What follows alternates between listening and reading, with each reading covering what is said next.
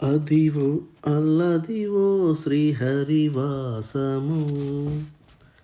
ఈ కీర్తన వినగానే మనకి గుర్తొచ్చేది తాళ్ళపాక అన్నమయ్య. అవును, మీరు విన్నది నిజమే. ఈరోజు మనం తాళ్ళపాక అన్నమయ్య గురించి వీడియో రూపంలో వివరణ చూద్దాం. పద సంకీర్తనాచార్యుడు, మొదటి వాగ్గేయకారుడైన అన్నమయ్య గురించి తెలుసుకుందాం. అన్నమయ్య ఈరోజు వీడియోలో అన్నమయ్య ఎక్కడ పుట్టాడు, వారి నేపథ్యం ఏమిటి, వారు ఎలా వెంకటేశ్వర స్వామి భక్తులయ్యారో వంటి విషయాలను ఈరోజు వీడియోలో తెలుసుకుందాం. మరి వీడియోలోకి వెళ్ళే ముందు ఒక చిన్న విన్నపం. ఇంతవరకు నా ఛానల్ని సబ్స్క్రైబ్ చేసుకొని వాళ్ళు ప్లీజ్ సబ్స్క్రైబ్. తెలుగు సాహిత్య చరిత్రలో లభించిన ఆధారాల ప్రకారం అన్నమయ్య 1408 మే 9న జన్మించారు మరియు 1503 ఫిబ్రవరి 23న పరమపదించారు. కడప జిల్లా రాజంపేట తాలూకా తాళ్ళపాక గ్రామంలో వీరు జన్మించారు.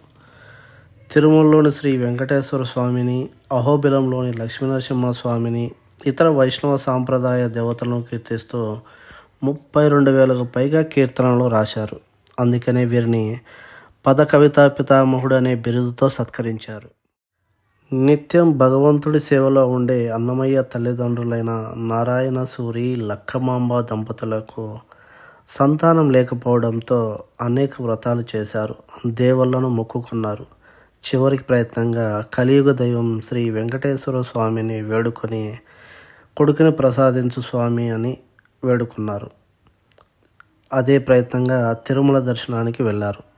అక్కడ వారికి కళ్ళు మిరుమిట్లు గొలిపే తేజస్సు కనిపించి మెరిసే ఖడ్గాన్ని వారి చేతిలో ఉంచి అదృశ్యమైంది. సాక్షాత్తు వెంకటేశ్వర స్వామి ఇచ్చిన ఖడ్గంతో ఆనందంతో తాళ్ళపాక చేరుకున్నారు.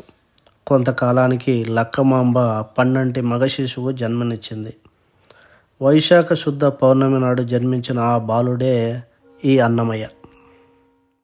అన్నమయ్య తన 8వ ఏటనే కాలిబాటన వెళ్ళే భక్తులతో తిరుమలకు వెళ్ళాడు. ఆనాటి నుండే అన్నమయ్య కీర్తనలు రాయడం మొదలుపెట్టాడు. ఎన్నో సంకీర్తనలు, పద్యాలను సామాన్య ప్రజలకు అర్థమయ్యే తేట తెలుగుతో కీర్తనలను రాశాడు.